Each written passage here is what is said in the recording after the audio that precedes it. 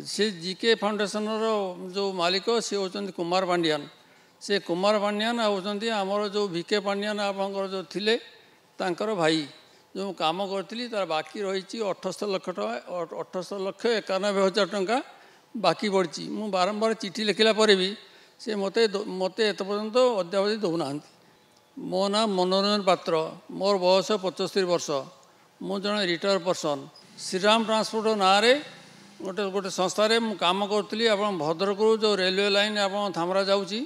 सेठी काम करी जो थे कि माने जो जीके फाउंडेशन गोटे संस्था मत वर्कआउट देता से जीके फाउंडेशन जो मालिक सी होती कुमार पांडियान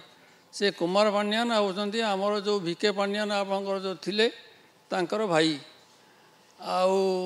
सी मत वर्कआउट देते मुझे जनवरी फेब्रुआरी मार्च 2023 रे जो काम करी तार बाकी रही 78 लाख टका 78,91,000 टंका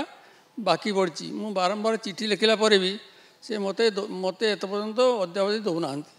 28/11 सी गोटे एग्रीमेंट करते 15/1/2024 भितर संपूर्ण मूल और सुध सहित पेमेंट करिए बोली माने एते कहला भी से मत पेमेंट कले ना।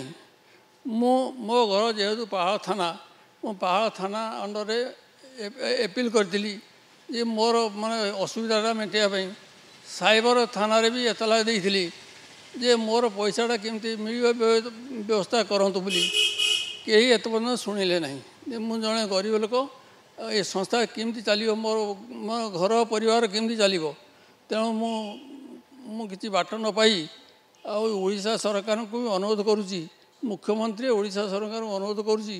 मोर बाकी पैसा केमती भरणा हम तार विगत प्रतिकार करंतु। आउ बीके पांडियान सी भी तांका भाई तांको भी रिक्वेस्ट अनुरोध करुँची सी ए मुंड पुरेगी यार से समाधान करंतु। मु बैंक रो लोन करी बैंक रे वर्तमान सुध कौन 3 वर्ष है सुध गणिले ट्रक वाला आसुँच मो पाक पैसा नापाई मु बेजित हो जाऊँगी मु घरे भी नुचुची लोक नुचुची पैसा दे पारुनी कौन करी या टिके हस्तक्षेप करी ओडिशा सरकार महामान्य मुख्यमंत्री को अनुरोध करुँची ये जिनस हस्तक्षेप करी समाधान करने अनुरोध करुँची।